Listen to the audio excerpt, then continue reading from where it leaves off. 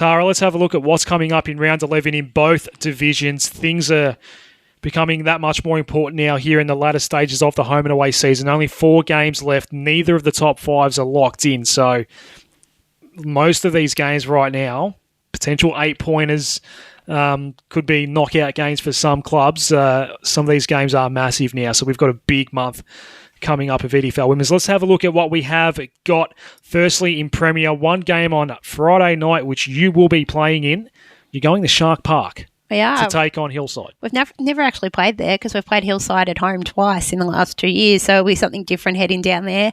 And last time we played Hillside, it was a pretty competitive match. We won by about 29 points, but we were horrible in front of goal.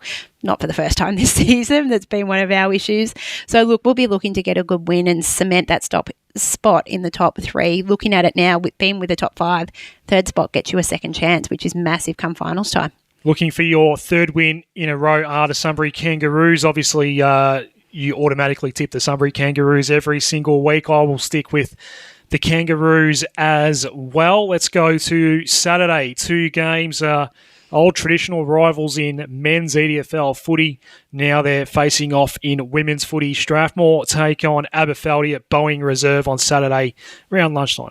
Look, obviously, you've got the top side versus one of the bottom sides, so it could be a very one-sided match. From what I believe, round 1, the game didn't go the distance. I know Strathmore did struggle with some numbers, so I think the game was called off about halftime or just after halftime. I'd expect Aberfeldy to have another big win. We've seen what they've done to every single other team. You'd expect them to absolutely... Unfortunately for Strathmore, it looks like a percentage booster for Aberfeldy. The other game on Saturday, it's actually a twilight start between Westmeadows and Craigieburn at Willowbrook Reserve. You'd expect Westie to bounce back here. They need to if they want to stay in the finals hunt against Craigieburn. It is. If they get a win here, and if you look at ladder positions, the Sunbury Kangaroos get one over Hillside, puts them 2 games clear of Hillside after a tricky run home. I know both sides have got tricky runs, but with matches against 3 of the sides that are in that top 6, Westmeadows need to win this match, and obviously you're playing Craigieburn that has slipped to bottom of the ladder, so they'll be looking to get a few points. If they don't get the win, get a few points on the board to hopefully try and get back above Pascoe Vale.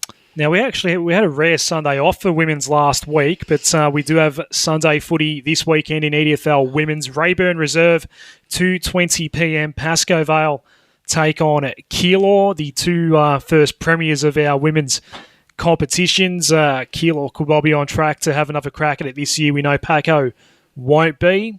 You expect the Blues to win and win well here. It did. I think it got pretty nasty the first time these 2 teams played. I think it was close to 200 points, if I was correct, if not more. That was the margin. Yep. So I'm expecting it to be a big one as well. Keilor's still trying to adjust their side because they've got so many players on their list. It's about trying to work out their best side. And for Keilor, obviously, they've got the easy run home. They play the 4 bottom sides. So for them, it's about making sure they're doing all the right things ahead of finals. Clark Oval, a 3 p.m. start, a fairly late start for a Sunday game. The Lions will take on Burnside Heights. You'd expect the Bears to win there as well. You'd expect that. But the Sunbury Lions have kept a lot of sides to low scores on that ground. I don't know whether it's because it's a bigger ground. It's a lot wider and a lot longer than some of the other grounds you do come across. So they do probably stay a little bit more competitive than those other bottom sides. But I'd expect Burnside to get the job done. Can't get much flow going offensively, though, to Lions. So no, look, and their side this year, 95% new players. Yeah. So it is a big difference to what they've had in previous years. They've lost a lot of experience. So they're starting to learn. They're still developing, and it's about those small steps for them. And I know speaking to some of the players and through the club that for them it was about beating those sides they beat last year to try and stay on par with where they were similar to last year, considering they've got a brand new side. Division 1 gives us a Friday night game as well. It'll be at Clifton Park with Aberfeldy's second team taking on Tullamarine. It could be a half-danger game here for Tulla, but I would still expect the Demons to get up over Abbas here. It is. I actually saw these 2 sides the first time they played, and Tullamarine had a little bit more pace, and I think they had a bit more depth on the bench, and that's the difference at the moment. Looking, Aberfeldy has struggled for numbers a little bit. The minute they get injuries to their top sides, they have players up. They did get a win last week against Greenvale despite being short on numbers, but Tullamarine's a little bit different to Aberfeldy, and especially... More settled, definitely. It is, and with Tullamarine sitting... 4th on 24 points, and they've got 3 sides chasing them behind. They need to get this win.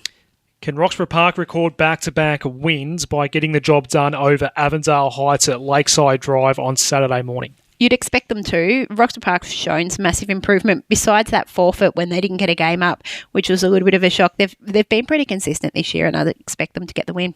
Might have been some junior fixtures that potentially hampered the availability of some of the players for senior footy. I'll go Roxbury Park there. Yep. Keilor Park will play Greenvale at Keilor Park, 2:00 on Saturday. Look, I think that's another one that Keilor Park will sort of pencil in. They've started to find that flow going forward. So for them, Sammy German had a good weekend just gone. I think kicked 3 on a best on ground performance. Back in form, yep. And the key for Keilor Park has been when they're getting those scoring opportunities. When they've had some games where they've had 17, 18 scoring opportunities, and then they've only had that the next 2-3 weeks. So their defence is doing all right. It's about getting those scoring opportunities, which is probably new for them because they didn't get a lot of that last season when they were heavily beaten in a lot of matches.